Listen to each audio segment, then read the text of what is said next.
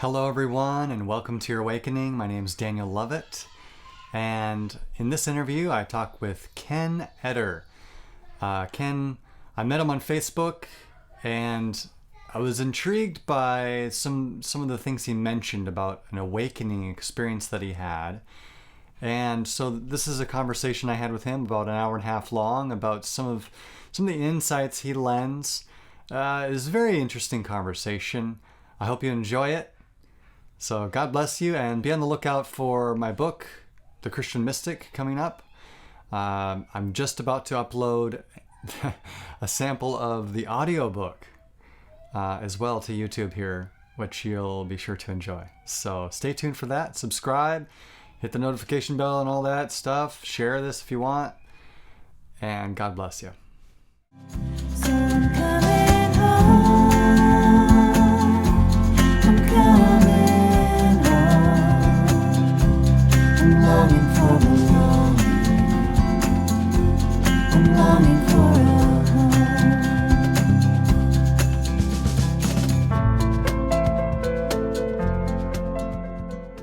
Welcome, So, Daniel. Thank you very much for the opportunity to talk and share some time. And I've always found, as I mentioned in the text yesterday, that to have these opportunities, whether it's just via the phone or if you're local meeting in person, or even the Zoom and other types of online apps, to take it to the next level. Um, yeah. I mentioned in that chat yesterday, we are all used to the online and text only format, and we do that with the text of the Bible.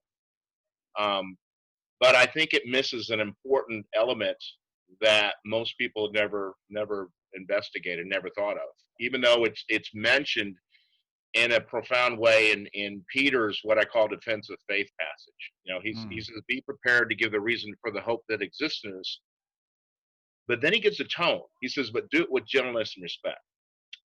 Gentleness actually, in the original language, means a divine meekness. To have that quiet calm within you, as Jesus almost always did.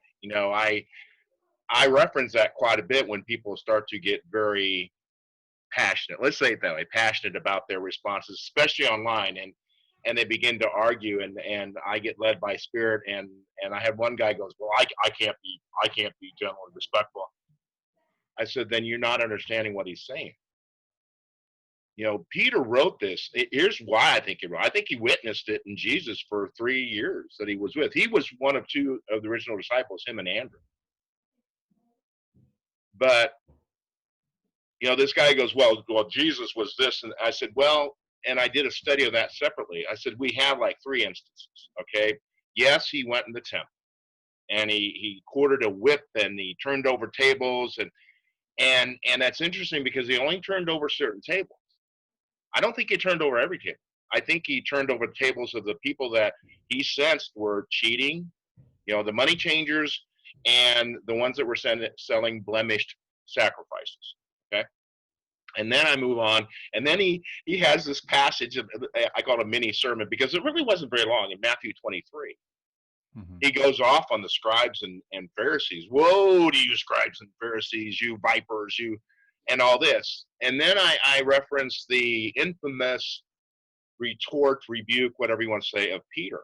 And it's actually not his person, but it's his pride.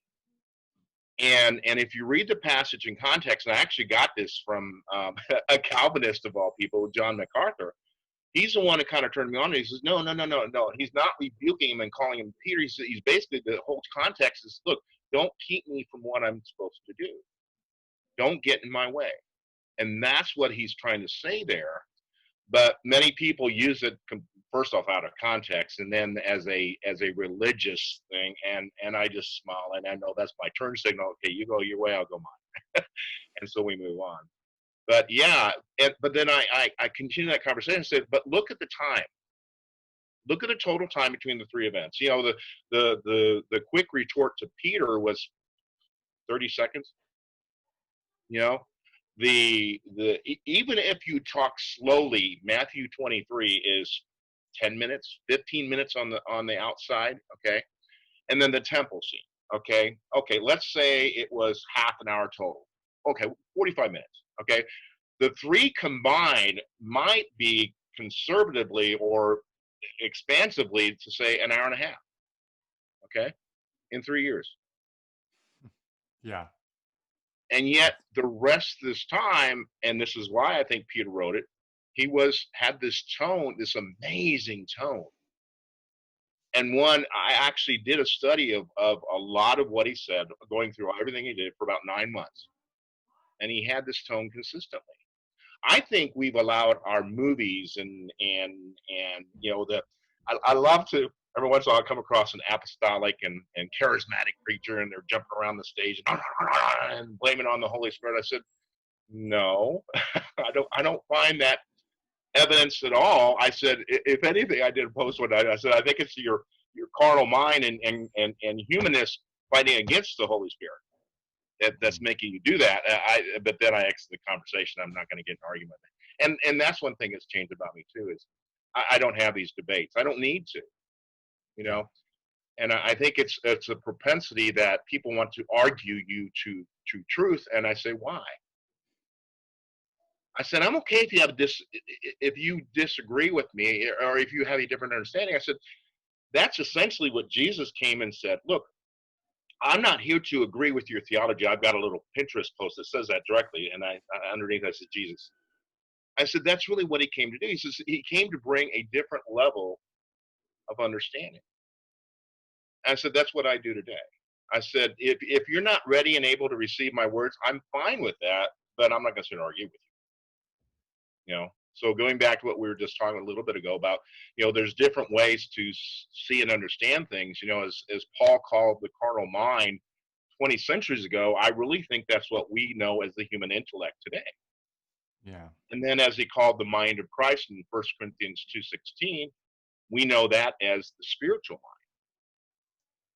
And we can keep on going, but I know you want to ask some questions, so I get very Well, wordy. So. I'm just really excited what's happening in the world, even with the tumultuousness. It's even driving people towards awakening. I really see it as like just all their fears and stuff is coming to the surface to be healed, in my opinion, by Yeah. the Lord. And then there's a lot of like, what you consider evil forces in the world kind of being used by the Lord to drive and bubble all this to the surface in people's lives. I know I've dealt with it, continue to deal with it. And even the religious mindsets, I see it as like layers of suppression, to our connection, which we all deep down, this is what we crave is connection with God, A Oh lot of well, people no, are, I think you're 110%. In fact, here's what I said. I said, regardless of what religion has told us about the text actually boils down to a single simple word. It's not love. It's not what religion. It's presence.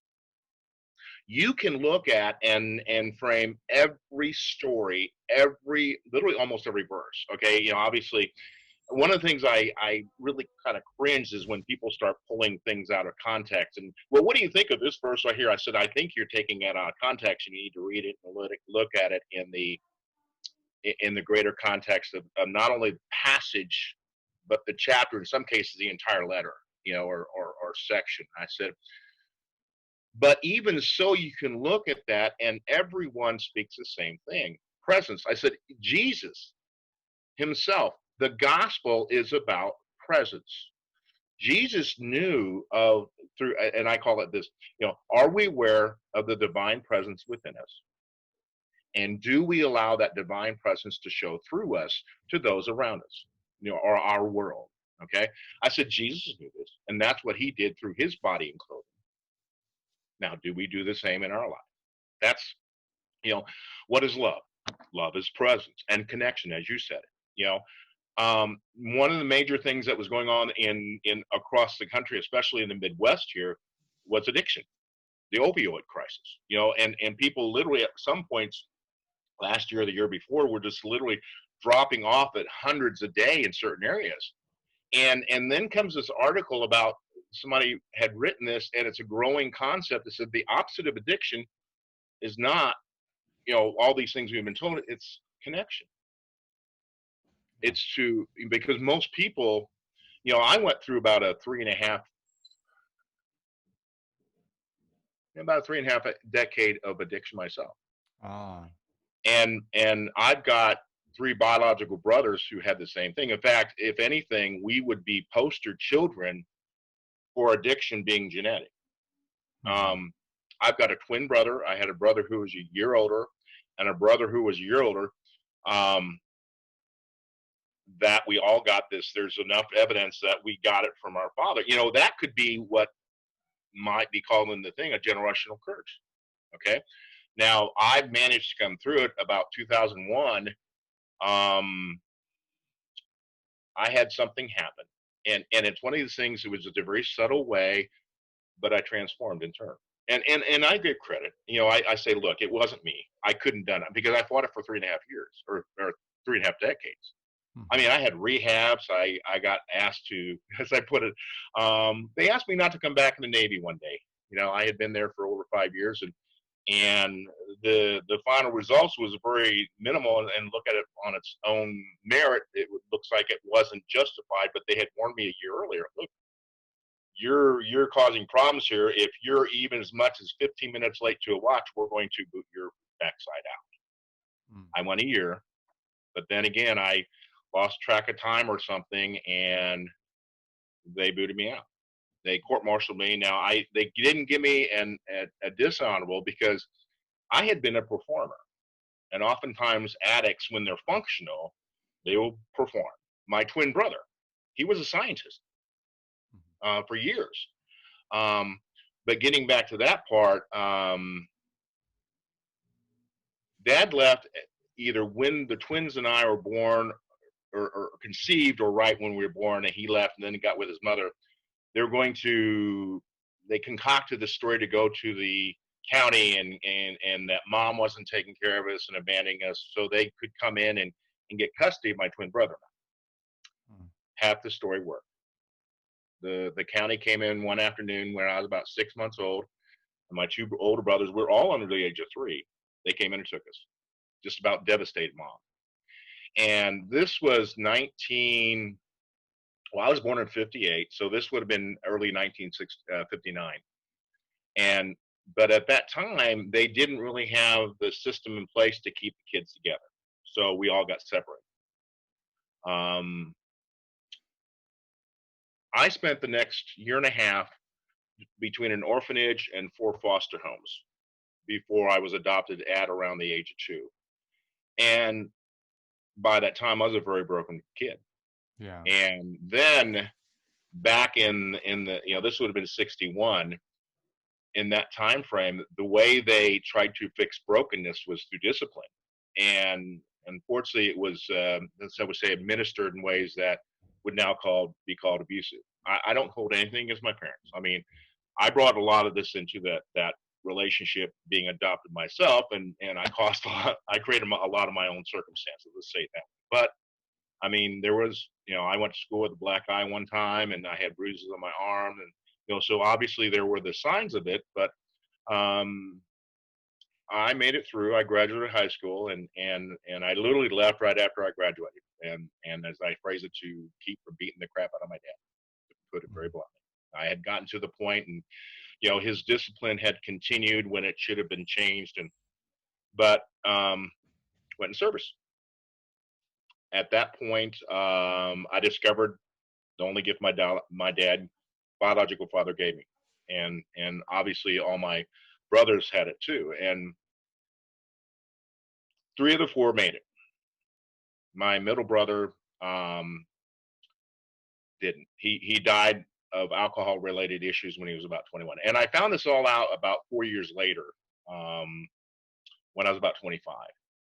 And so we all got found by a search specialist out of Chicago. So it's an amazing story, but that's a story of grace as well.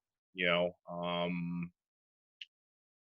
I walked away from the church for probably about 2.5, 3 decades. I just, I grew up in the Presbyterian church. I was a member of the choir and Sunday school and all this stuff, and went in the military, and I had an amazing experience there one Sunday with a German family. I was stationed overseas in Germany, And without making a long story, make it short, I had my first direct experience. It was an Easter morning of all things, and I walked out, and I was having challenges because I was over in Germany and drinking and all this stuff, and yet this German family had one of the members, one of the sons, had picked me up hitchhiking, and they literally adopted me, and I started going over there, and I had this conflict, and it was an Easter morning, and I walked out early morning, and I looked up at the sky and said, God, I need to know you're here. I need to know you're real. He showed me. In a way, the clouds part, it was almost a biblical type thing, and I had this race, and this feeling came over me, but it still didn't convince me. I debated for a while about being a preacher at that point, and it didn't work out that way, and that's okay. So I continued my life and all that stuff, but anyway, I can tell about all kinds of things. I'm sure you want have some other questions, but Yeah, um, that's amazing. Like bringing it back to the presence, just being present in the moment. Um, mhm, mhm. showing up for your own life and not Oh future yeah, tripping or living in the past, being yes, overwhelmed by that. I had this experience even recently, just a few nights ago, where I'm over at a friend's house and we're just listening to music, enjoying a glass of wine, and just talking, and it was just I was present in the moment so beautifully, and it was just yeah. so wonderful. And But that's the whole thing is that, and that's what I'm talking about when I say I am that I am. That I don't compare this moment and today to another moment, and that's what we do. That's why we come in, and obviously we have illnesses and sickness and this, and then other people have more emotional slash intellectual things with depression and stuff like this. Um, but we don't really understand that we have more control than we think we do. And this is one of the things I tell people. By having developed this as a lifestyle, I do have this amazing freedom. You know, I still use my intellectual mind.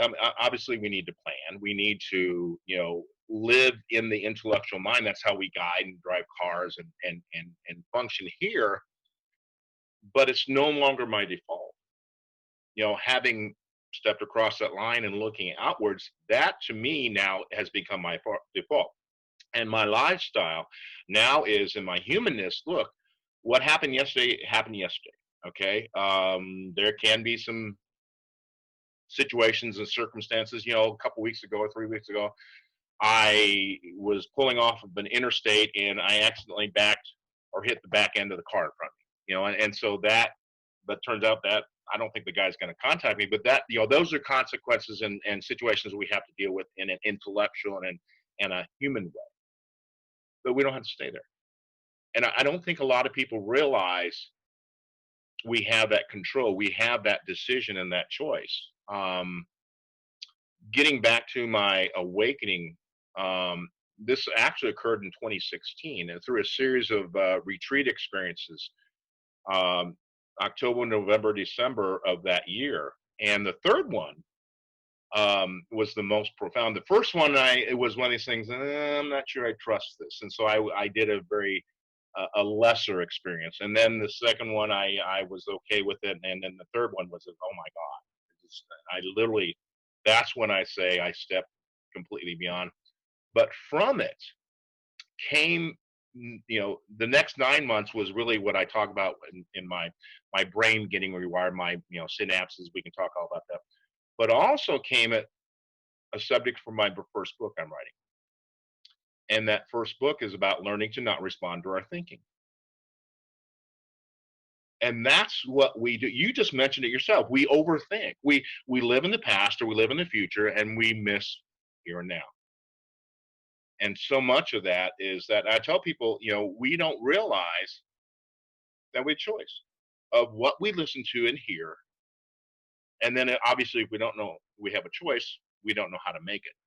And that's what this book is going to be about. Now, there's other methods. I mean, there's people out there and there's other techniques and stuff. I call mine a practice. I actually include that in the practice or in the book in the last chapter. Um, I will also be setting up a series of half day and full day workshops for people that want to come in and have some hand holding and hands on type thing, practice with me in a guided, you know, methodology or method to do that. So, but oh yeah, you're exactly right, and we don't realize that. I think our circumstances now with racism and I call it the collective angst. We have so many people that I did a post this morning that called it a can. It's as if we continue to kick it down the alley and we don't deal with it. Well, the can's not going away, and so here and I actually say that all we're doing is getting a higher body count, and seriously, that's all we're doing. But until we address it, and until we address it collectively, and beyond, this is the Galatians 3:28 says, look, there is no race or religion. There is no Jew, or actually the verse goes, there is no Jew nor Greek, there is no slave or free, there is no male or female, we're all one in Christ Jesus.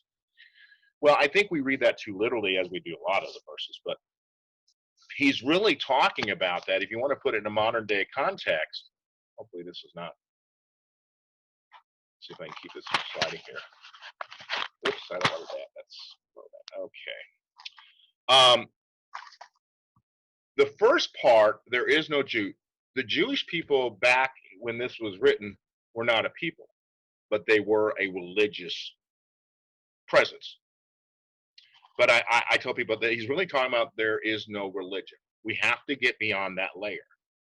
The next part, Greek, yes, Greek was a civilization, a country of the time. He said, there is your race. In Paul's time, he summarizes this as, there is no slave or free. Well, you're either slave or free in its time. But really what that relates to in our culture, in our time, is status in life. Are you wealthy? Are you middle class? Are you poverty? Are you poor? Are you these things? And you have to take that off too. And then the last part, he goes after our main primary human attribute, gender. He says there's none of that either. And I use this in a discussion and a longer discussion about when you start removing all of these, what's left? Spirit. Spirit within, or as I call it, a state of being. Because it wasn't until probably about a year and a half after my awakening experiences that I actually heard somebody outside of Christianity call it this way. And when he said it and how he said it in the context he said it, just made so much sense, because what that phrase is signifying is, first off, what I experienced, when I stepped across that line, because there was no human attributes or characteristics or form. I simply, as I call it sometimes, a drop that had become part of the whole. And I'll get to that in a minute, because water is an amazing analogy people have just completely missed. Oh yeah, we use it with, the baptism and all this stuff, but there's more to it than that. But it really is this. There was nothing. I didn't have the, oh gosh, there's God over there in this, and the religious part we had. I was just in this state of being that's all there was, and that's what blew me away. So I'm trying to not. Here we go. Anyway. Yes. Let me share with you a quote. Well, first of all, getting back to the presence thing, Brad Jerzak sent me a quote that William Paul Young said about presence is power, and he was really struck by that. And that's something. That's something to Yeah. think about. But like getting to this ocean or water metaphor, it reminds me of a Rumi quote that I come across that I was including in my book, actually. You are not a drop in the ocean. You are the entire ocean in a drop. Yeah. Yeah. Well, I tell people, I said, and I use this little story here. I said, have you ever been to a large body of water or the ocean? And people go, oh yeah, I've done this. I said, you stick your hand in the ocean or in the body of water. Yeah. You pull it out, and you have drops on your hand. And you can look at the drop and you can see they have separate form. Okay. but within is the same makeup as the body water you pulled it out of. I said, but what happens when you let that drop fall back into the water? It becomes part of the whole. I said, I've come to understand this was given to us as a symbolic metaphor, a living metaphor of being joined. But people don't catch this. People, and to my knowledge, I'm one of the first people who saw. We had the metaphors from Rumi and other people. We are the drop. But the people, how many people just do not take that moment and say, yeah, wow. And when people that have done this with me, I'd love to do this in like on a big stage and with a big camera, or at the ocean and have it zoom in on my hands. I said, even better is snow. Science has already determined that every snowflake is unique from every other one. I said, yeah. So that's a symbology of our human layer, our human, I call it a temporary human coat of flesh. I said, yeah, but what happens when that snowflake melts? Turns to a drop, and the drop flows back into the nearest body of water. I said, yeah, it's another metaphor. Snow is just a different form of water. Yeah. Yeah, I completely agree. And with any any measure of awakening experiences I've had, I've come to see the same thing. Like Hmm. you're absorbed back into the whole. You realize that you're a fractal of the divine. You're like Yes. the I am is having a Daniel experience. The I am is having a Ken experience, Yeah. Yeah. and everybody can Well, put their name in it. Ram Dass. Have you ever heard of him? Yeah, I've heard. Yeah, He's got just this. recently I've heard of him. Okay, he's got this great quote. He says, "Treat everybody as if they're God in drag." And Yeah, it's such an amazing quote. But I tell people, I said, we're all divinity in a temporary human coat of flesh. We are. yeah, it's true. But I Our tell people oneness. this is where religion stops short. And oftentimes you have to be careful. I know you've come across it, and I have too. And I don't argue. I tell people you're just not ready and able to receive what I have been given to give to the world, but I'm not considering to argue with you. That's what we do is we think. I'll get more into this a little bit, but so I just move on. But yeah, it's an amazing living metaphor water is, and Ram Dass got it, and Muji, and it's interesting. I'm glad to hear you say some of these names. Osho and Rumi and Muji and one of the guys that had a significant impact on me, even prior to that point or shortly after, was a guy named Adyashanti. He goes by he's out in California. His given name is Steve Gray. His wife is, I don't remember her name, but she goes by Mukti, which both have Sanskrit meanings. But he had a book out. He has a book out called Way of Liberation, and that was kind of a point that got me prepared. I can look back and see these stepping stones that got me to the point of my own awakening. And I think his book was one. But yeah, I often recommend that of what few I do, and and I'm cautious there too. I think we often, you'll hear people jump from this preacher to that preacher, and they send me videos and stuff. This is why I kind of responded one day. I did. Why did you want me to look at this? This it Yeah, wasn't meant to be mean or anything, but if you want to talk about it, that's fine. I'll look at it and stuff like this. But I've gotten myself to the level where I interface, am one on the divine side, and so I'm very cautious about listening to somebody who I probably has not got to the level I was, and I'm not trying to put a label that. So I do apologize for if I came across a little direct with that, but no, you know what? I appreciate it because what it did for me is it made me realize here's a person who actually wants connection. Here's a person who actually wants conversation, and I'm like, yes, isn't that what we're all looking for? I want yeah, people to engage with that, yeah, even are of like minds that we can go on the same journey towards discovering our identity in Christ and as Christ yeah. and our oneness with God and just this so great awakening that's coming out. Like I want to Oh yeah. connect with people about that, and I want to hear people's stories too. I'd love to hear more details of just like what your awakening was like and some of these retreats and some of the maybe even Well, the the retreat experience was really it's outside of Christianity, and so I'm very cautious about getting too much detail. What it allowed me to do, as I said, is it's based on a 2 days premise, and the second day is far more intense. It's actually I'll go ahead and say it's actually based more on a Native American uh, premise and methodology and stuff like this. Well, But it literally allows you. It does one of two things. If you're ready for it, you can step across into the divine. If you're not ready, what it's going to do is it's going to show you what you have embedded in your subconscious and in your past and your history that's going to keep you from doing that. And so some people have this experience, and oh, it's a very awakening thing because it brings this to your awareness, to your consciousness, and in essence, it can be very scary. I'm working with a young lady. I have a weekly conference with her on Sundays. We talk about this, and I know she's got some very serious things in her background. That's why she's where she's at.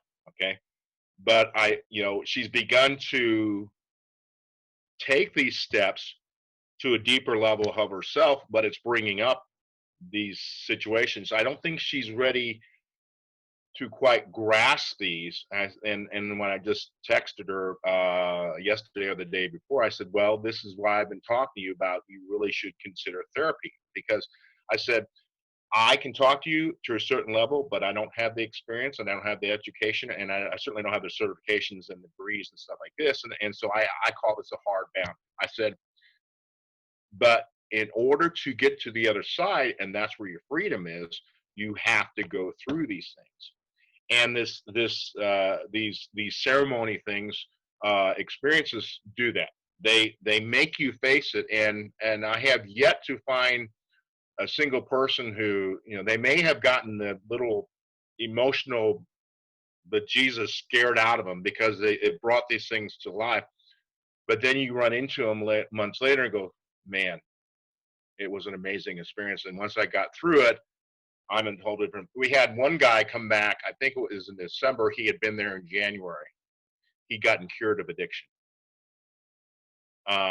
We have other people that have done it with cured with PTSD, and so there's a profound um, place of this, that can do this. But for those people that are ready, such as myself, I had done a lot of work. Oh, I had to do a lot of work. I mean, I had abandonment issues, and went through the foster system and had three foster homes before I was adopted, and then the abuse with my dad, and then when I started getting into therapy for the addiction, there was the why did my dad leave me type thing, and so I had done a lot of work going into this, and then also I was ready. I think some people do this and they're not quite ready. But other people, you're sensing it yourself in starting to explore these other authors and writers and stuff like this. And one of the things I found in doing that, exploring the Mujis, I listened to him for probably about 6 months straight. He's got some great teachings, and then Osho and Adyashanti and um, there's a great Muslim guy out there, and a lot of Orthodox Christianity would never touch this guy because he's Muslim. And I even had a Seventh Day Adventist thing me one day. I said, that's okay. You're missing the point here. There is truth depending on. It doesn't matter the covering. The oak tree is within the seed, but the seed doesn't make the oak tree. It actually dies to the seed and then becomes the oak tree itself. I said, if you're going to miss the deeper truth in what's being said, you're going to miss it. It's I'm trying to think who it is, but anyway. yeah, But let's yeah, let's talk about Christianity and just loyalty to the Lord Jesus Christ, because honestly, this is like in this world, it's the only real safe establishment, like the anchor of my soul that I've hmm found, hmm in Jesus Christ and his finished work on the cross. Like, hey, you're reconciled completely, Daniel. One of my favorite verses, so now we can rejoice in our wonderful new relationship with God because our Lord Jesus Christ has made us friends with God. And this is what I always longed for. I wanted to be a friend of God. This was like my deepest thing in my heart, and Jesus established that for us in everything he did vicariously, and through the cross and his life and his ascension, that we're ascended in Christ, you're seated with Christ in the heavenly places, that he is like Jesus Christ, the man, the person, the embodiment of the totality of Christ and the heart of the Father, perfectly revealing the Father, like God's final word of like, this is who I am, that kind of thing. I'd Hmm. love to talk about that with you. One of the things that my experiences with the retreat and that thing, and I've actually had a total of 7. I had the 3, which was a group experience, and then once you get to a certain level, you're allowed to create your own in a private setting. I've had 4 since that point. Each one getting a little more. I call it now dusting the cobwebs off the corner. It's more like sweeping and cleaning up and dusting and stuff like that. Yeah, When you get to I've that, heard other people say polishing the mirror. well, That's yeah, the because same. you have these layers. It's like when you need to dust your house, you have this coating that is covering the true self. And this is what we've never done. We never look. We get to the soul when we want to talk about that, but I said that I don't think the soul is our true self. Our soul is an intermediate. I heard it one time put. We have the human self, we have the soul, which acts as an intermediate, you know, between the spirit and our humanness, and then we have the spirit, and the spirit is one with God.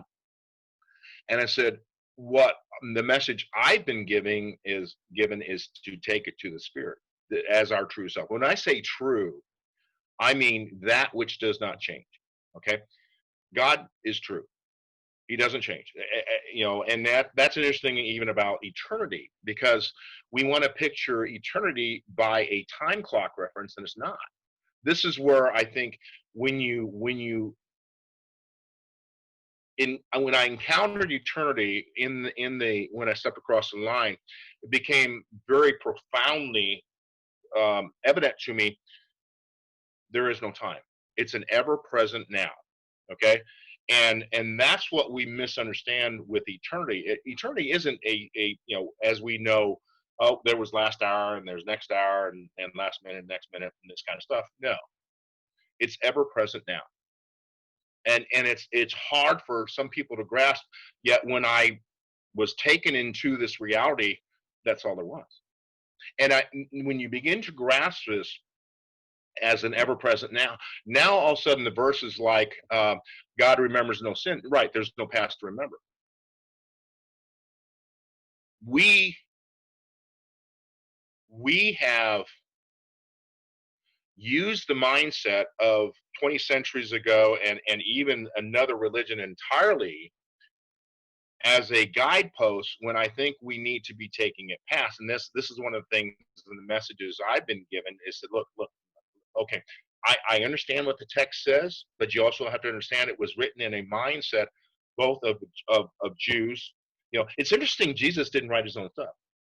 Why are we still trying to understand things with a 20th century old mindset?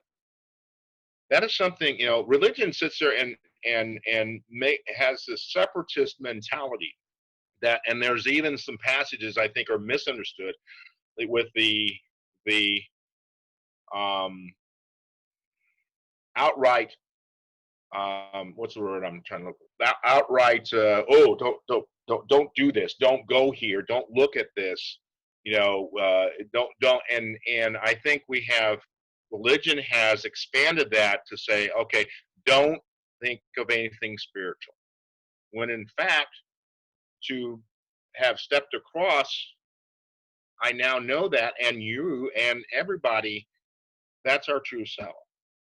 Our self that does not change, our self that is eternal, our self where our true righteousness, our glory, our everything. Yeah, And I that think is, it was. I think it was always true, even, and then Yes, Jesus came to just restore our, heal our blindness yes, to it. yes. Yeah, I mean Well, the scriptures say that we're already glorified, and we're yeah, just, and so as yeah. we You know, participate with that, we move from glory no, to no, glory. 100%.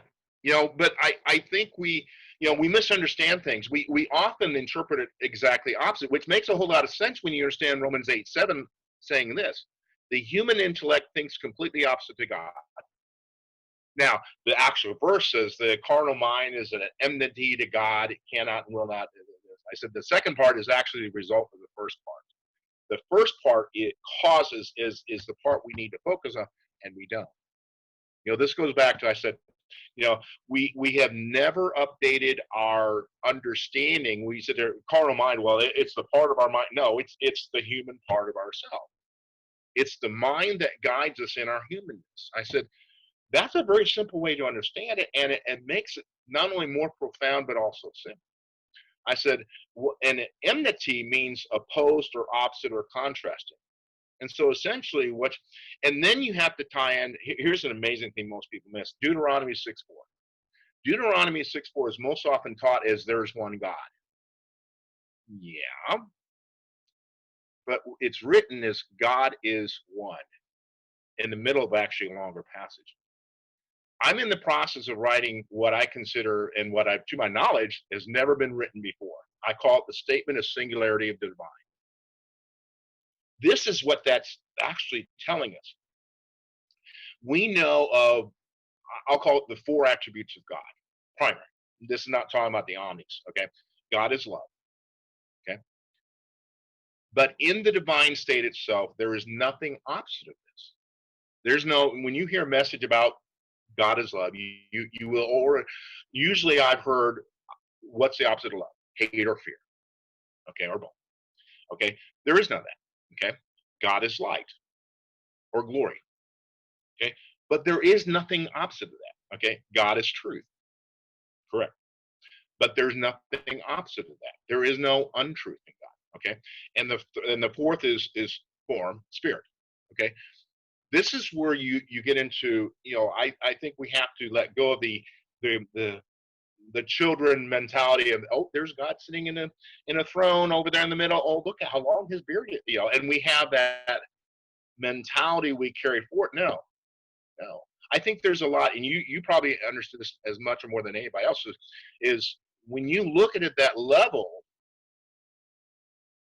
it's almost an energy, and that makes a whole lot more sense of, oh, there's grace, the power of God, and but there is nothing but this state, this presence. It's not that God is over here but not over here in the divine realm. No, it's all there. And that's why I tell people, I said, if you were to get down to the smallest particle in our atoms, I think may have been identified further, but the last I knew, the smallest particle is a quark. I said, but if you got an electron microscope and could drill down that far where you could actually view a quark, I said, now you begin to see a lot of space between the quarks within the atom. I said, within that space, that's where the divine realm is. Einstein had an interesting theory about, he called it ethos, I think is what he called it. And I think that was his name of trying to make sense of what was this. I think we've now called it dark matter. Quantum science is an interesting whole discussion I'm not going to get into, but I think it's man is slowly understanding what's been in the text for years. Now, some people are very,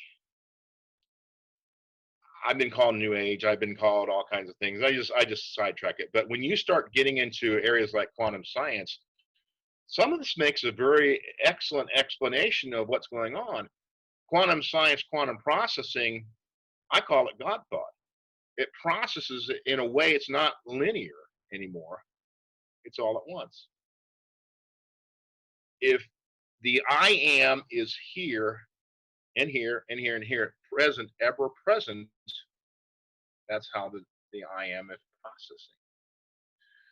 processing. And I'm writing the statement of singularity of the divine that really I tell people, I said, this is something that Christianity really should have as, when you hand the Bible to the new convert, it should include this statement of singularity, because now you begin to transform that thinking instead of making God human, aka an idol.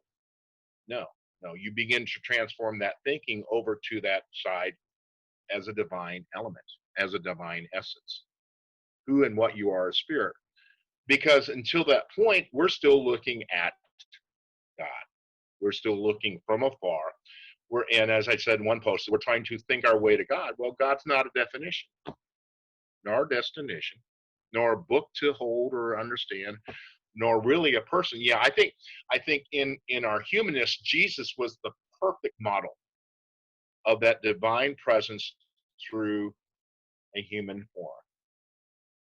But he was what we always have been and always will be. He says, I just know it, and I'm here to tell you a different way to think.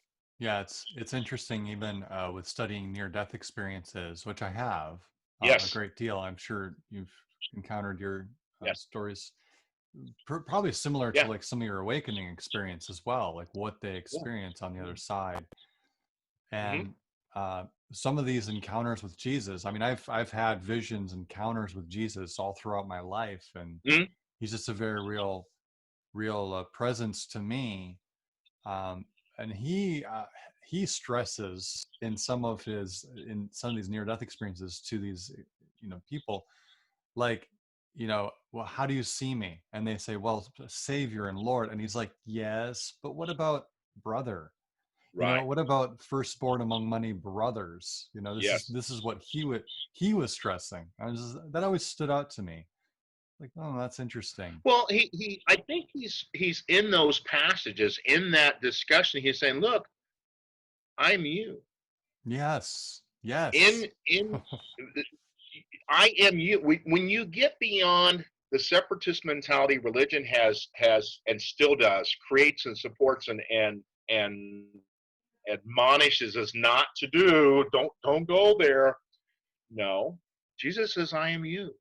Hmm. This is where we miss too. Is how do we have a relationship with something that's not human? Jesus says, "Follow my example." Okay, Yeah, I and the Father are one, as are you. yeah. Yeah, I tell people, I said, in fact, most of what was said about Jesus and by Jesus is meant for us when we get rid of that layer of religion. But also, you hear me talk a lot about spiritual truth. Spiritual truth is what became of my 9 months. It was revealed to me as a part of as I call it rewiring my brain and processing, and I couldn't even mention this for like 9 months. I mean, first off, how do you say this and not sound completely cuckoo? And so I Yeah. didn't say anything. But then I realized what was going on. It was giving my brain time to reprocess and connect the different synapses and thinking and begin to make sense. So then I could communicate it in a way that made sense. But also, I realized I was going back to the text, and the text was saying something different. The text was revealing itself in a whole different way. All of a sudden, I knew, oh, okay, this section is actually talking about our human way of thinking and our human existence versus this is talking our spiritual. And all of a sudden that became very clear. Yeah, yeah. So, I read the um, scriptures through brand new eyes after my awakening experience too, and I was just like, yeah, wow, look at this. It's so plain now, yeah, and it's like describing my yeah. experience rather than trying to cram my experience into the text or Oh, yeah, yeah. It comes alive mhm. because we see ourselves in that. And it's almost we see ourselves through the eyes of Jesus. I think that's a very good way of saying that. You know, and orthodoxy, apostolic and charismatic, and stay with this. I every once in a while I stumble across one, and I end up getting a good laugh. And I'm not laughing at the people. I'm laughing at their limited thinking about it because they're still stuck in this. You have to understand it, and many people understand it in a literal method. And I said, no. Most of what Jesus was saying was not only outright parable, but metaphor and allegory. I said, Yeah. what is it saying when you get and spiritual truth? I phrase it this way: what happens if you were to take off culture, history, religion, duality of thought, and our human form? Take those layers off. That's really what Paul's talking about in Galatians 3:28 and the sister verse, Colossians 3:11. He says, take these layers off. What's underneath here? In Jesus Christ, we're one. We are the same spirit. I said, and I'm very cautious about using the term relationship because I think it's far deeper than that. I think you're getting this as well. You know, we want to pursue and follow the human form, but if we take it to our true self within, there is no form. We become that drop returned to the ocean, just part of the whole. And this is where I think more and more people, we have people. I still think overall it's a dribble. It's a slow little, coming out of the faucet in a slow thing. But more and more people are coming this way and going, wait a minute. I've heard this same sermon, 10 times here in the last, 5 years, but I'm sensing there's something he's missing, my pastor or whatever, and I'm sensing there's something more to the text. And then you come along, or I come along. Are you familiar with Kyle Butler? Uh-oh. Did you say Kyle Butler? Yeah, Kyle Butler. He's actually very good. He's one of my best friends I've never met in real life. Okay. Let me get to one more verse here, though, that I call the single most profound verse in all the text. Psalms 46:10a. This is actually the premise for I mentioned I have a practice that I'm introducing in this. The verse goes like this: be still and know I am God. Very simple. The stillness mentioned in that is, a lot of times religion sits there and says, okay, calm yourself, get yourself in a quiet place, your prayer room and all this, okay, and then start meditating, repeating scripture, verses, whatever. That's not what that's saying. The knowing, know I am God. The knowing that is as knowing or to know is said across much of the text. It's an inner awareness. And I tell people, I said, we all have hearts, okay, and they beat and they pump blood, okay, but we don't have to think of them. We have diagnostic tests, medical tests to make sure they're working right, and if they're not, to help diagnose what's going on. Okay, same thing with our lungs.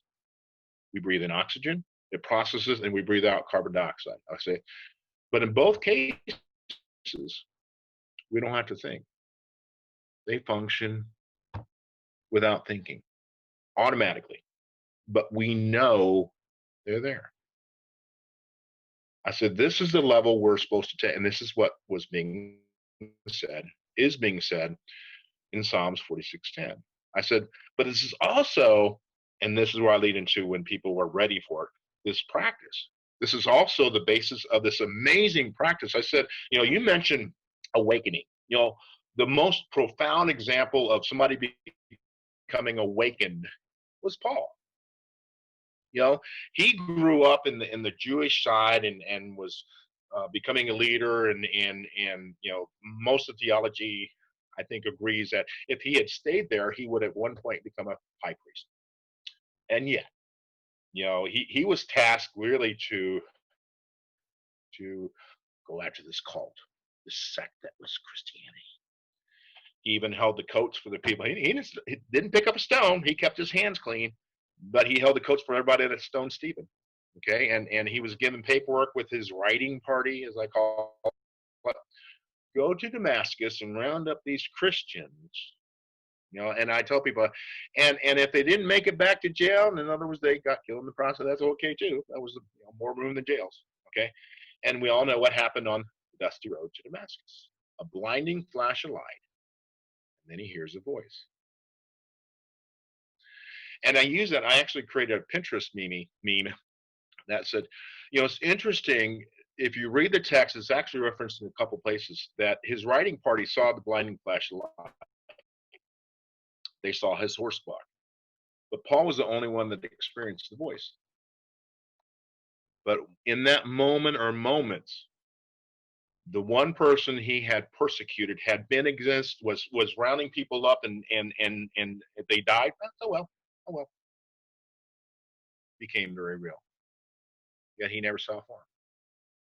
So I tell people, I said, don't be so sure your version is the only version or the correct version. I said, in fact, getting back to the human intellect versus the spiritual mind, they function in two opposite ways. Romans 8:7 says this.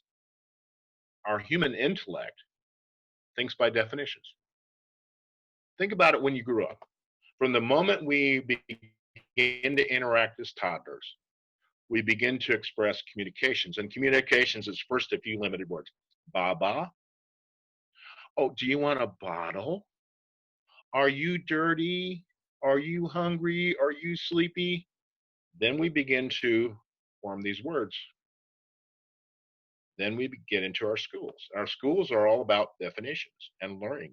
Learning is definitions. Okay. Science is definitions. Redefining these definitions, okay? But spirit doesn't work that way. Spirit functioning in a state of singularity is all awareness. There is nothing opposite of love. There is nothing opposite of light. There is nothing opposite of truth. There is nothing opposite to this single form. Nothing opposite. But we've never taken it to that level. I've been given the direction, revelation, whatever you call it, to take it to that level. Oh yeah, I have to dodge what I call the religious foolishness thinking. I said, well, that's okay. I'm not going to argue with you. I said, this is exactly what Jesus didn't do. If you notice how he dialogued in public, perfect example. He somebody would come to him and he would say something to him or give him a reply, and he would give 2 or 3 response and move on. He didn't sit and argue. Oh, I know the Pharisees would have loved to have debated him, but he wouldn't. Nicodemus was the exception, but Nicodemus came to him privately at night. And I imagine he had to sneak out from where he was, because had he been caught, where are you going? Nicodemus, I'm going to see Jesus. What? This whole thing. And so he snuck out and went some. And I actually sense what's in the text was only part of a much longer conversation. I mean, if you think about the guy, he had to come from the temple, come from where he was, come to where Jesus was, and you're going to tell me he had that 2-minute or 3-minute whatever conversation with Jesus and didn't talk any longer? Oh no, I guarantee he had a much longer conversation. I mean, he was astounded by Jesus to begin with. Okay, and people ask me, the rhetorical question: if you could spend an hour with anybody, I said, what? Hands out, no question, Jesus. Give me an hour, Jesus. I've lost you. That's beautiful. Okay, there you go. That's beautiful. And then one of my favorite passages too, and I love what Jesus says to him. If you don't believe me when I tell you earthly things, how will you believe if I tell you of heavenly things? And he says later to his disciples, how much more I long to share with you, but you can't handle it now. But when the Spirit of truth comes, he'll lead you into all truth, and all truth gets fought by the religious spirit. And I think that's like part of the test. It's like part of the proving grounds. And I think that has its place. It's okay in the end, like things being challenged and yes, assimilated and worked out and stuff. But a lot of what's been dubbed even like New Age, there's a lot of truth there. And I oh, thank you. I agree 110%. I said, I almost want to write a text or a post on Facebook that says, "Okay, what is New Age?" and sit there and research it and say, "Okay, now here's what Jesus said. that agrees with this. Here's his next point. Jesus did this or said this that agrees with it. Okay. And I got thinking on, and I do it every once in a while because I use this to root out I call them religious foolish thinkers. People that are not ready to accept what I'm to give to the world. So I'm not going to sit here and let you argue with me. I'm not going to spend my time, but I don't want you sit there and arguing with me either. And so I'll do these things. And I did a post. I said Jesus was the original first century New Age thinker whose actions and teachings became a new religion. Oh, there's some people just, it was all up in arms. And I said, well, but if you think about it, he was. Yeah, he was a homeless hippie, and it's just I don't know wonderful. if he was even a hippie, though. I think we envision that long hair. No, it was said to be plain, but plain doesn't necessarily mean a hippie. And I'm not so sure he didn't keep, with whatever they used to cut their hair and his beard and stuff. That we have these Hollywood images, and the Caviezel or whoever did that thing, but these are based on Hollywood, and I've often wondered. One of the things, one of the things I said, Jesus hardly quoted the Old Testament. Oh, he quoted it all the time. I said, no, I didn't. I said, if you do your research, he makes 78 references in 3 years. Now, if you do the math, that's less than 10% of the time. Now, I know that we don't have everything he said. I said, this is where I kind of find it very humorous. Religion says you can only look at this text and this is all that Jesus. I said, really? So Jesus was mute for days and weeks at a time because the story jumps around here and here. I said, no. I said, we get the highlights of it. I said, this is another thing, I would love to have been one of the boys sitting around him and but BSing at night at the campfires with Peter and Andrew and all this stuff. And I even tell people, I said, if you really want to get into the text, here's start with Matthew 1. Read the New Testament first, okay? Read no more than 3 chapters a day, but put yourself in that story. Put yourself in that time frame. Put yourself in that clothing. Put yourself in that ground. When Jesus was at the Sea of Galilee, at the edge, and had to take the boat out because the crowd was so massive he couldn't stay there, what did the ocean smell like? Put yourself in that story. The third time I read through, I did it that way. Man, it makes all kinds of difference. You become one of those disciples. You are in King Herod's inner chamber when he goes, oh, prophets, tell me this writing. Who's going to come and counter me? What was his robe look like? What does his thing? I said, I'll go and research it. You make it real instead of just reading a text. Right on. I have a friend who does these guided meditations, like into these experiences. Like he does one where it's like the woman coming to touch the hem of his robe, and he like does this like radio theater like drama with this really cool music. Mm-hmm. It's just super cool to like bring people there. This is what you're talking about. It's so good. Yeah. And like even like there's a new series that came out called The Chosen. I don't know if you've heard of that. But I think I've heard of it, but I haven't really. Yeah, it's available on YouTube, and this is exactly what it does. It takes the time to bring you and immerse you into this story, into these characters, and to connect you with just what was it like interacting with Jesus. Yeah. And they did a really good job, especially, you would love this, the scene with Nicodemus, like episode 6 or something like that. There's 8 episodes up on YouTube right now for free to watch. Yeah, I'll have to check that out. Send me a link on that. We got offline on my messenger. But no, this is the whole thing. You and I have both begun to. Okay, maybe me a little further, but I'm not comparing here in terms of This is what I tell people. I say God's experiential. He was experiential to Paul. He was experiential to Timothy. He was experiential to Peter. He was experiential. Like in those cases, there was a man before us. But what happened after Jesus left? That spirit was still present. Okay, yeah. the Holy Spirit came and landed on, like, tongues of fire, and even the day of baptism, the Holy Spirit came and landed on Jesus as a dove, is what it says. I said, and that's an interesting thing too.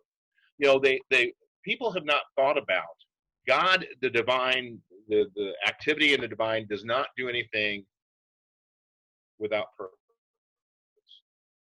And I say, I don't think Jesus was fully divine until that moment, because the Holy Spirit wouldn't have had to come down. I said after that, oh yeah, he was man and divine. But prior to that, now it's interesting though. We have the birth moment, and then we go forward to 12 years, and he's the temple scene. That's interesting. Oh crap, where's Jesus? Oh my God, we've left him in Jerusalem. And so they had to go back and get him. And then it jumps forward 18 years. And what happened in all that time? One of my dreams, bucket list, would be to get into the Vatican Library with unlimited access. Okay, let's see what you got hidden away here. But I'm not really worried about that. It's sort of like why I don't get in conversations about Revelations, the book of Revelation. I said one thing has been revealed to me, and that's along the line of singularity. You know, um, I think that if we do not choose to come to that realization, come to Christ, as the text says, we remain apart, and in that being apart for the rest of eternity, might that experience be as eternal torment, and part of that torment be as a lake of fire. We experience a burning, a form of burning, but I mean, to be eternally separated because we made that choice not to come to that realization. Other than that, I don't talk, because I also understand too that most of Revelation is parable and allegory and metaphor, just as the same as Jesus taught a lot in his human form, with the parables. I tell people, I said, when he was saying the sower parable, he wasn't talking about farming, but he put it in a farming metaphor. And I said, there's a deeper understanding here. I said, you're getting it, I've got it. Now, do I expect you to have the very same? No, I don't. I think this is where we each will, but there is a commonality between us, and I think we will both reach that. I do know some of the words I share are people going, I don't know about you, this kind of thing. And I said, I'm okay with that. I said, but I'm not going to sit and argue with you. Yeah, and when you You're not present ready and it, able to receive. yeah, when you present it with gentleness and meekness, like you started out this talk with, like talking about Peter Yeah, and how yeah, he related, like this is how Jesus always communicated. When Jesus described yes, himself, like one of the few times he ever did, he says, "I'm meek and I'm lowly in heart." yeah, Which I guess humility. He was the epitome of humility. correct. And Moses was Yeah, chosen for his, I guess he was the most humble man on planet Earth, the Bible says about him, at the time, which is why he was such an instrument and such a friend of God, too. Like humility, like God resists the proud but gives grace to the humble. And so, yes. how would you describe humility for people? And I'd love to get into some of the spiritual practice of what you've been Oh, talking about as well. I have a great definition, and I put it like this. I wrote this in a Facebook post, and I've actually, this is one of my future books. I've been way back in 2013. I got the sense, you'll be given these quotes, these senses. I want you to write them down. There will be a future book. So I did. I now have 123 pages of a Word document of these things that I've collected all this time. I wrote about humility. I discovered this about 2 years ago after stepping into the divine. I said, I discovered true humility when I stepped into eternity, not because I had discovered it, but because I realized I was a part of it. That to me was just such a profound. And people ask, well, what'd you see? I've never seen anything, but that was where I was prepared to be. If there's a pure version of eternity, that's what I've experienced. I have no doubt where I was. You know, the same thing that now Paul needed a voice to talk to him, but he sensed there was something going on there long before and then long after. Can you imagine the 3 days after? Oh my God, what have I done? What? And his whole world was shaken. And then Ananias shows up, and he's what I call a second witness. But no, that's when getting back to the humility thing. This is also why I don't argue. I've got another meme I created. I said spiritual truth doesn't need to be argued, doesn't need to debate. Yeah. Spiritual truth stands on its own because there's a singularity to it. Now if you're not ready for it, that's okay. But I'm not going to sit here and try to Bible bash you because, oh, this verse and that verse and this verse and this verse. Okay, no, dude. Okay, go, just go. So, Yeah, and but it's yeah, interesting that's when I interesting that you discovered. say, if you're not ready for it, that's okay. Take, like you're on your own timetable of Yeah. discovering and working out your stuff. And because I was shown, Mhm. that one day everybody will get it. Like Jesus came to me and said, Daniel, I am in you and you are in me and we are one. Yes. It's important. And he says, Well, and he showed me that everybody's going to get it. And I didn't need to try to yeah. convince anybody. I didn't need to argue anybody into this. I get to share it with those who are hungry to hear it, you Yes. know? Well, and that's the thing.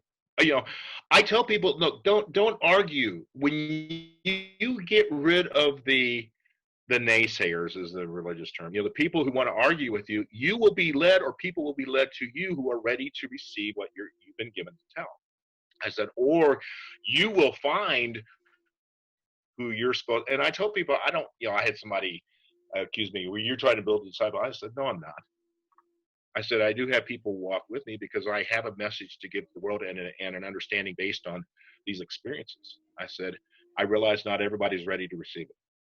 I said, "I understand that." I said, "Also, it's also not a race." And that's something you just hit upon yourself is we all go at our own speed. You know, Paul had to do what he had to do until he did it. Until that fateful dusty road moment to Damascus. Okay, and then everything changed. And yet, then he turns around and he writes, like the majority of the content of the New Testament. You know, but Peter writes 2 letters. Timothy writes some. I said, we have the 4 Gnostic Gospels. We have, and each of these kind of collectively puts together at least partial picture. I think there's a deeper, you and I are both getting it. There's something deeper in the text, and we're getting to that. And then, we again presence. When we don't argue and debate and create that negative energy, we have the people that our words resonate with will be attracted to us. You I don't know what you think about the law of attraction. Some people consider it, ooh, wow, that's no. I said, no, it's not. I said it's an expansion of Galatians 6:7. As you sow, you shall reap. Yeah. Yeah. Because the Something farmer, Jesus when taught he on. begins each, yeah, yeah, and you know, the farmer, going back to a farming metaphor, before he ever walks out that door at the beginning of his year, okay, he's in the house and he's thinking, okay, what do I got to do? When do I got to do it? Okay, I need this much seed. I'm going to do, okay, this over here, and I'm going to do this. Okay, he's planning it in his mind. I said, but this is the whole thing about, we create how we think. Those who are angry create an angry life because they're constantly responding that way.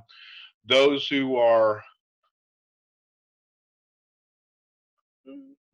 mostly too overly positive, create a positive. They draw those kind of people. Do you want to be around angry people? I don't. And so I kind of shun them.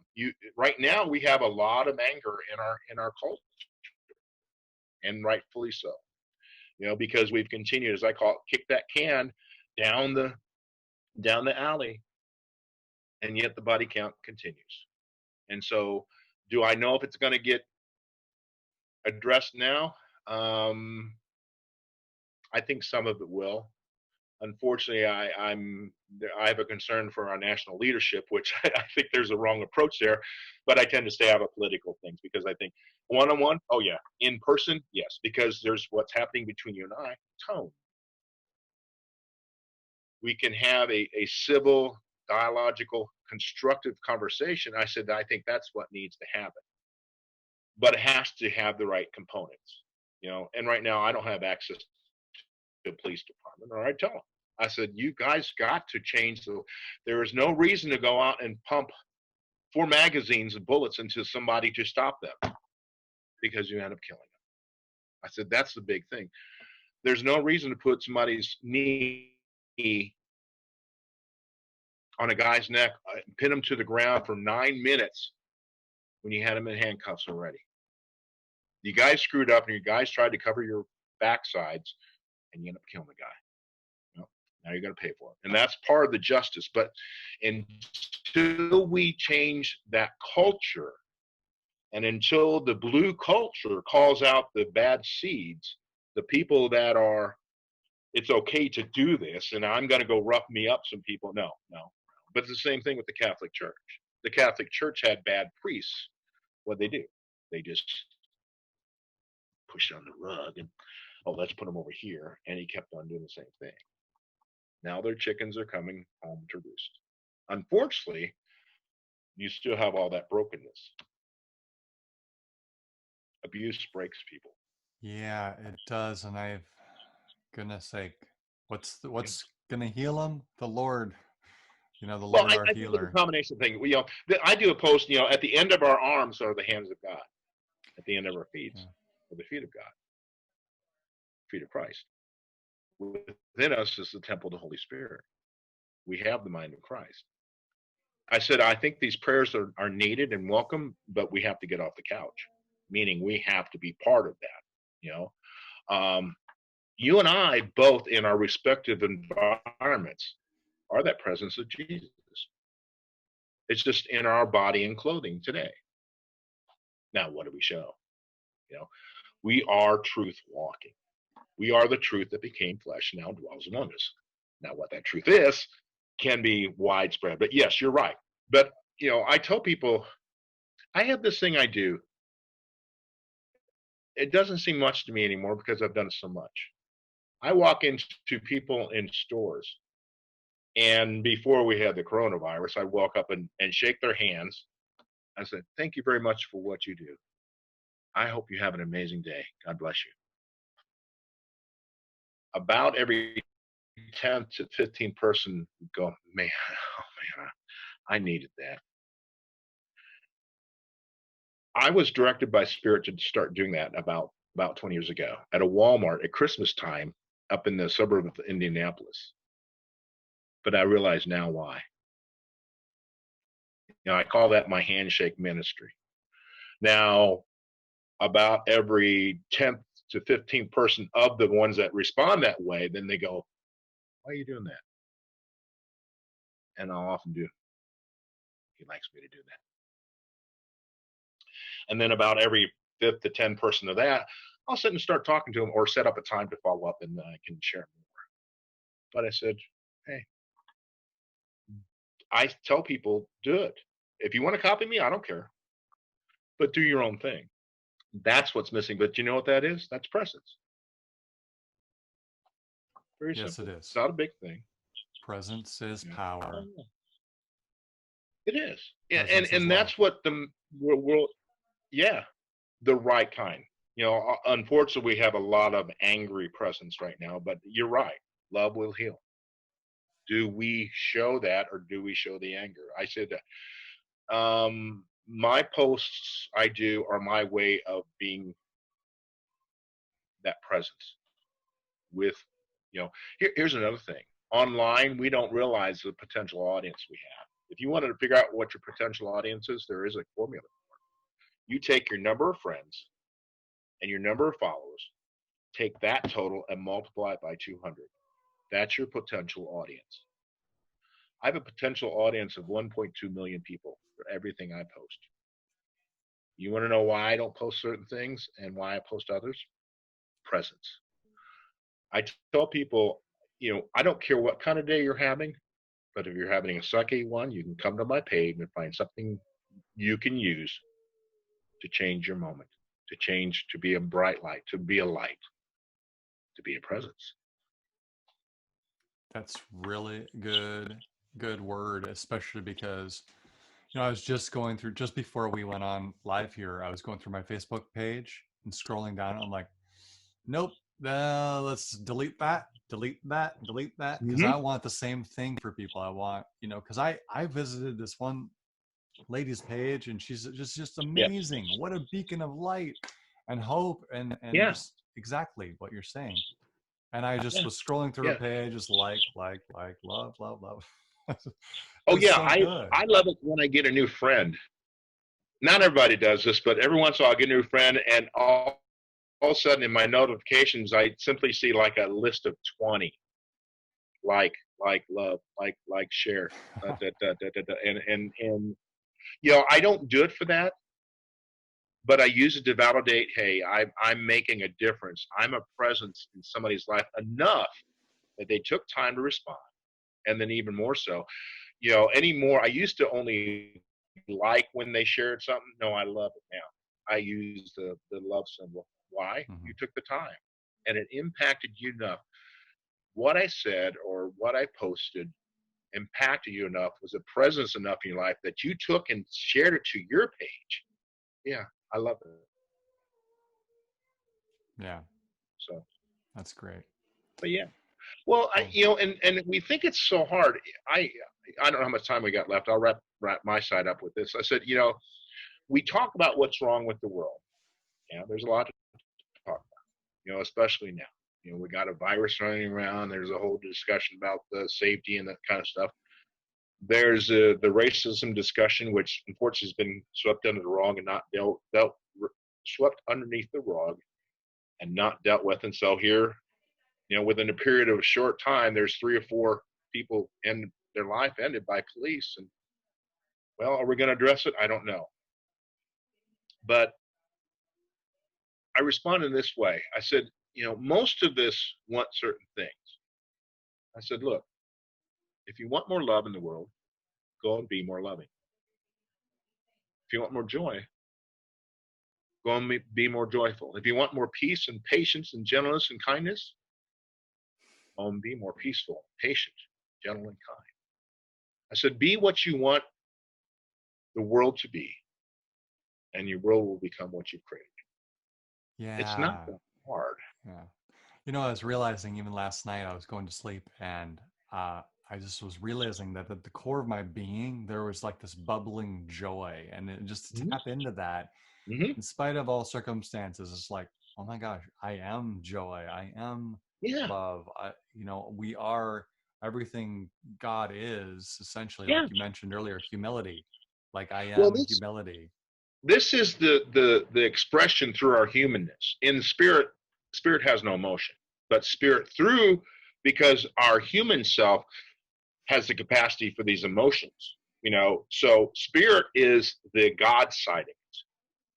And that's where as Paul talks about in Galatians, I think 5:22 and 23, is this list of 9 things: love, joy, peace, patience, kindness, goodness, gentleness, faithfulness, self-control. I think that's all. It took me forever to remember them, but I said, you're right. They come from within, fruit of the Spirit. If I were to give a sermon on this, I would talk about this in relation to a fruit tree. A fruit tree starts out with a seed, and you plant it, and really, if you plant it, you have to do a couple things. You have to make sure it's going to have a place with good water, and get good sunlight. Um, and then as it begins to grow, you have to keep the diseases out. I said, but for the most part, the tree is going to grow and produce its own fruit. Why? Because it's in its DNA. Our true DNA is spirit. That's the image we are. People often I think, misunderstand Genesis 1:27. It's actually a putting two verses together. It says, we are made in the image of God, or God made us in our image, and then God made man and woman. Well, they tie the two together. I said, no, no. The human, the male and female is the outer shell, but the image we are is spirit within. I said, oh, here's an interesting thing about what happened at the fruit, the bite moment. I said, prior to that, we actively walked with God. Okay, but there's no indication that God was ever in human form in the garden. So how did we do that? We oriented within. We wouldn't what we are, spirit. I said, yeah. I said Adam and Eve probably knew they had this, as I call it, human coat of flesh on, but they oriented within. That's how they could walk with God. I said, but look at the text. Okay, here comes this essence or whatever. They called it a serpent. Okay, that's okay. You know, that we were told, Adam and Eve were told, okay, you can do anything you want, just don't go take a bite of the fruit of that tree. Now, that tree is interestingly named the tree of knowledge of good and evil. Okay, I call it the nickname the tree of duality of thought. So what happens? The serpent entity, whatever you want to call it, comes in and tricks Eve. Are you sure God said you can't do that? The subtleness of doubt, the subtleness of question, the subtleness of duality. So anyway, tempts, convinces Eve to go and take her. Ooh, oh man! Oh, Adam, come here. What's the text say immediately afterwards? They knew of their nakedness. They immediately oriented to their outer shell. They gained that duality of thought. They gained the human intellect. The human intellect guides and orients with our human side, our human realm, from that point on. But the awakening we are experiencing is a return to Eden thinking. To be aware of our inner state is our true self. A return to Eden thinking. Well, that's beautiful. Return to Eden. Yeah. Yeah, I love it. Anyway, Thank you for thank you so sharing. much for your time today. Yeah, absolutely. It was on my heart to get to know you. I know I pushed back a little bit in our early discussion because there was like, who is this guy? And I even said a few things to kind of test you. Well, you said something just a little bit ago about using this to build friendships. That's exactly what I tell people. Look, you can send me memes, and you can send me videos. I said, but I like to use it and I like to reserve it to build friendships. I said, now I wasn't sure if you and I could ever get to talk. I'm glad we did. I really am. You know, this is where I told you the most important part, tone, was added on both our sides. And I think this has been an amazing, awesome conversation, and they all are, Yeah. because we get beyond just reading text and interpreting it by one side. I hear how you said it, and you do the same with me. So yeah, thank you so much for your time today. Yeah. And may we do that with Jesus' words too. Thank you for discussing that along the way as well. And Oh yeah, I would yeah. recommend to our listeners too, again, just to check out Chosen because I was super blessed by that. It just, Okay. I cried through many of these episodes because it brought you into that experience of like, Yeah. hey, this is, you know, for the most part, it was really, really good. So, Yes. I, Thank you so much. I see we're yeah, almost at 12 o'clock now, or 11 o'clock your time. So we've gone a little bit longer, but yeah, I appreciate your graciousness of your time and letting the talk go where it has. Thank you. yeah. You have a wonderful day. You too. Bye. Bye bye.